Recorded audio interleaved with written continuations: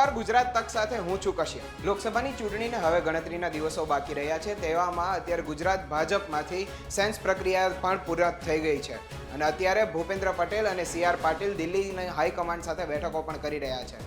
સમાચાર પ્રમાણે એવું પણ માનવામાં આવી રહ્યું છે કે ગાંધીનગર બેઠક પરથી અત્યાર સુધીમાં કોઈએ દાવેદારી નોંધાવી નથી।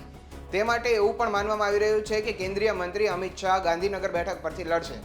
આ સિવાય 25 બેઠકો ઉપરથી 450 જેટલા ઉમેદવારોએ પોતાની દાવેદારી નોંધાવી હતી। અગાઉ પણ સૂત્રોના જણાવ્યા અનુસાર CR પાટીલે એવું પણ નિવેદન આપ્યું હતું કે આ વખતે લોકસભાના ઉમેદવાર તરીકે ભાજપનું ફોકસ મહિલા ઉમેદવારો પર વધુ છે। હાલ મળતી માહિતી અને સૂત્રોના અનુસાર અત્યારે એવું પણ માનવામાં આવી રહ્યું છે કે ભાજપનો ગઢ ગણાતા એવા રાજકોટથી પૂર્વ મુખ્યમંત્રી વિજયભાઈ રૂપાણીને ભાજપ મેદાનમાં ઉતારી શકે છે। અનેક મુખ્યમંત્રીઓને ટિકિટ આપવા બાબતે આ વખતે ભાજપ રાજકોટ પર વિજયભાઈ રૂપાણી ઉપર આ અખતરો કરે તો નવાઈ નહીં। આજે 8 થી 10 જેટલા ઉમેદવારોના નામ ભાજપ જાહેર કરી શકે છે। સૂત્રોના પ્રમાણે ગાંધીનગર બેઠક પરથી કેન્દ્રીય મંત્રી અમિત શાહ લડી શકે છે, નવસારી બેઠક પરથી CR પાટીલ જે અત્યારના સાંસદ પણ છે અને જામનગર બેઠક પરથી પૂનમબેન માડમ અને ભાવનગર બેઠક પરથી મનસુખ માંડવિયાના નામ જાહેર થઈ શકે છે।